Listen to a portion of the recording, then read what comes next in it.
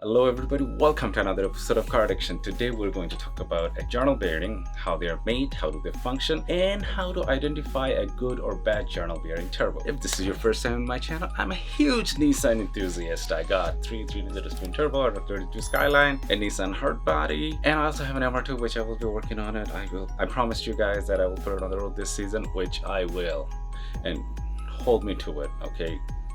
Hold me to it. And if you're 21 and younger, stop, watch a cat video, talk to a female, do anything else. Do not be a car enthusiast because it is detrimental to your financial health. Now the warning is out of the way. Let's talk about a journal bearing. To explain the fundamentals of a journal bearing, I'm going to take help from a Meguiar's hot foam shine mousse and a block silicone coupler. So in a turbo application, if you can imagine this as the shaft of the turbo, which is, let's say this is the hot side and this is the cold side, and they're connected by a shaft. A ball bearing will probably go there and it will have balls, and the whole thing will spin on the ball bearings. They're small balls. In a journal bearing situation, that's totally different. A journal bearing will have the shaft, and it will also have another metal that will go on some sort of like a sleeve material. Now do keep in mind, this metal will be made with a softer metal compound than this shaft or whatever the intermediate metal is. It will create a situation like this. Of course, everything is over exaggerated over here. It will be in a position like this where the shaft will be floating on the sleeve and it spins, and this sleeve allows the shaft to spin. And that in layman's term is the journal bearing. So to help with this spinning process, usually journal bearings will have cavities inside where they will pump in fluid, mostly engine oil, and then the shaft usually floats right in dead center in fluid, and then it spins. So the shaft doesn't really touch this metal. That's the whole purpose of the fluid. The fluid does two things. One, it produces a film between the shaft and the coupler where these metals don't touch while they're spinning, and also it lubricates, it takes heat away from the turbocharger, and then it gets constantly fed with colder oil.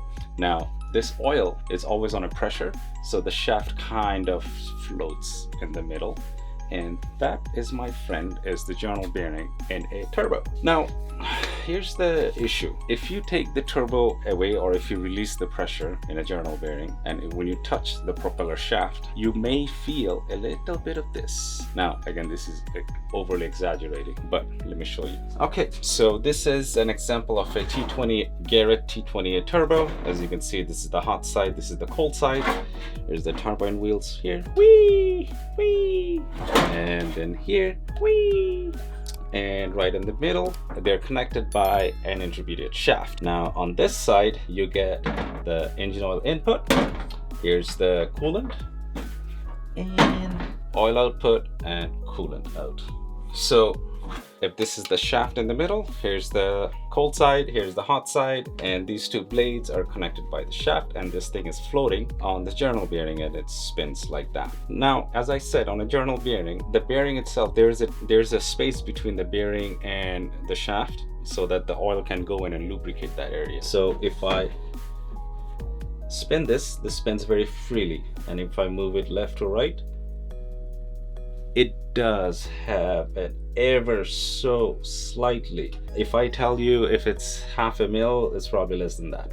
It will have a little bit of movement, which is side to side, but no matter however it moves, none of these blades should be touching the housing. If the blades are touching the housing, that's no good. You need to change the bearing because those bearings are shot. Now, a lot of people out there who doesn't understand how the journal bearing works, what they will say is if there's any movement on it, it's no good. That is incorrect. You're supposed to have a little bit of movement in it. If there's no movement in it, you know what that means? Meaning, if there's no movement in it, the whole thing is like this, and it will spin, but there's no fluid in there, and there's nothing cooling it down. That is a problem. Now, having said that, this little bit of movement will go away the moment you start the vehicle. When you start the vehicle will feed engine oil through this at 80-90 psi, and then due to the fluid pressure of it, this thing gets solid right in the middle. And that's how the journal bearing works. Now here's the thing, what it shouldn't do is go front and back. It should be pretty damn solid when it comes to going front and back, but left and right, no. It should be pretty fixed going to left and right. And that's how you identify a journal bearing. So just to reiterate the whole thing, it's okay if it does have a little bit of left and right play, but front and back, it should be really solid. And if there is enough play that the blades are touching the housing, that is also no good. So it shouldn't touch the housing. Okay, that's that. I hope I get sponsored by Meguiar's because I explained how the turbocharger works using their product.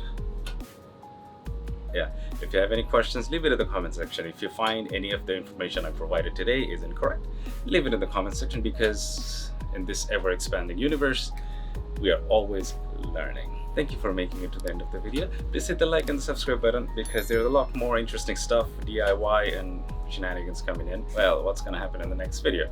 Let's see. I go to a winter racetrack with my Tacoma.